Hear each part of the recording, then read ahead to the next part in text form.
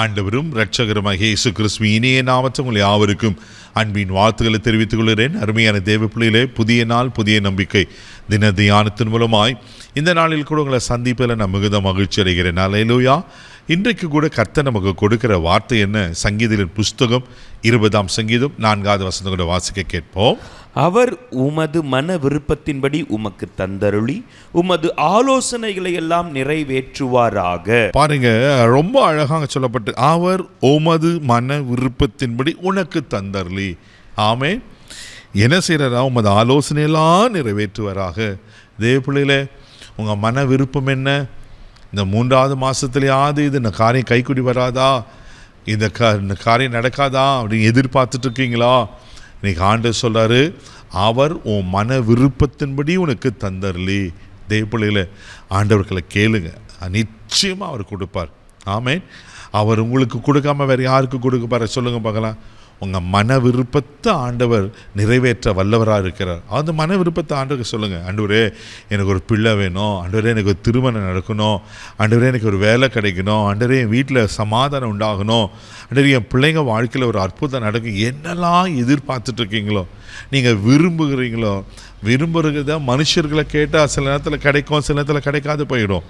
ஆனால் ஆண்டவர்க்கத்தில் நம்ம சொல்லும்போது அவர் நம்ம மன விருப்பத்தை நிறைவேற்றுகிற ஆண்டவராக இருக்கிறார். அல்லேலூயா.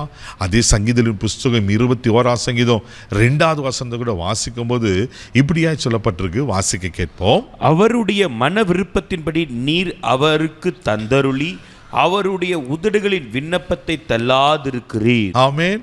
அப்போ உங்க விருப்பத்தை மனுஷர்களை சொல்வதை காட்டிலும் தேவனிடத்தில் சொல்லுங்க, ஆண்டவத்தில் சொல்லுங்க. அண்ணால் புருஷங்களை போய் சொன்னான், இதை சக்கலத்தையும் என்னை வேதனைப்படுத்துகிறா, மனமடிவாக்குறா, மனக்கிளேசம் உள்ளவாக்குறா, எனக்கு பிள்ளை இல்லை, எனக்கு பிள்ளை வேணும்னு.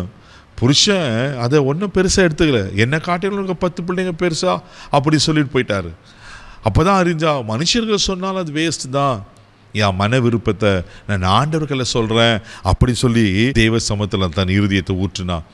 அப்போ தான் அந்த ஏலி மூலமாக ஆண்டவர் பேசினார்ல, உன் விண்ணப்பத்தை கேட்டேன், உன் கண்ணீரை கண்ட, சமாதானத்தோடு போய் என்று சொல்லி. தேவ பிள்ளையில, அவர் உங்கள் மன விருப்பத்தின்படி உங்கள் தந்தருளி என்ன செய்கிறாரா? உங்கள் உதடுகளின் விண்ணப்பத்தை தள்ளாதிருக்கிறார். மனுஷர்கள் தள்ளிடுவாங்க நம்ம காரியங்களை, மனுஷர்கள் புறக்கணிச்சிருவாங்க, செய்கிறேன்னு சொல்லி செய்யாமல் போயிடுவாங்க.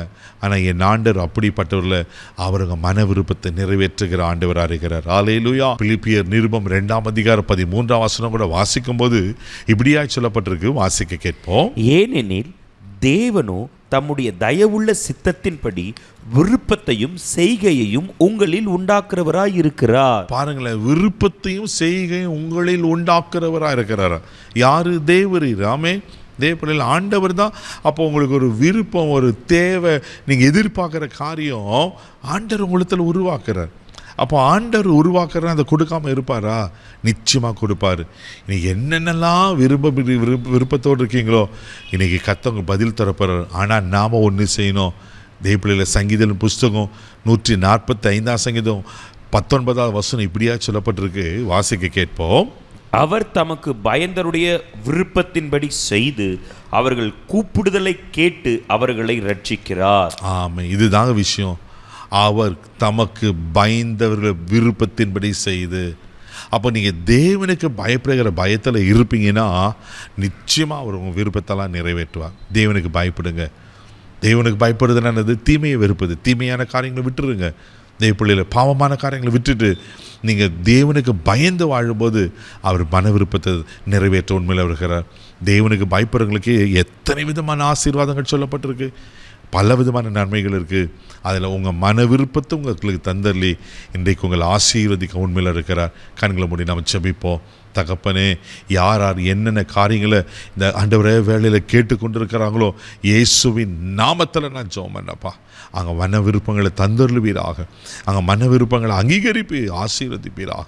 உங்கள் கிருபையில் கரத்தில் ஒப்பு கொடுக்குறப்பா. இன்றைக்கு காரியங்களை கைக்குடி வர பண்ணுவீராக.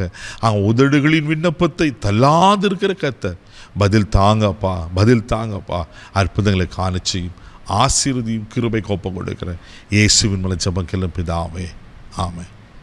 அவர் உங்கள் விருப்பத்தை நிறைவேற்றிட்டார். தைரியமாக போங்க. God bless you.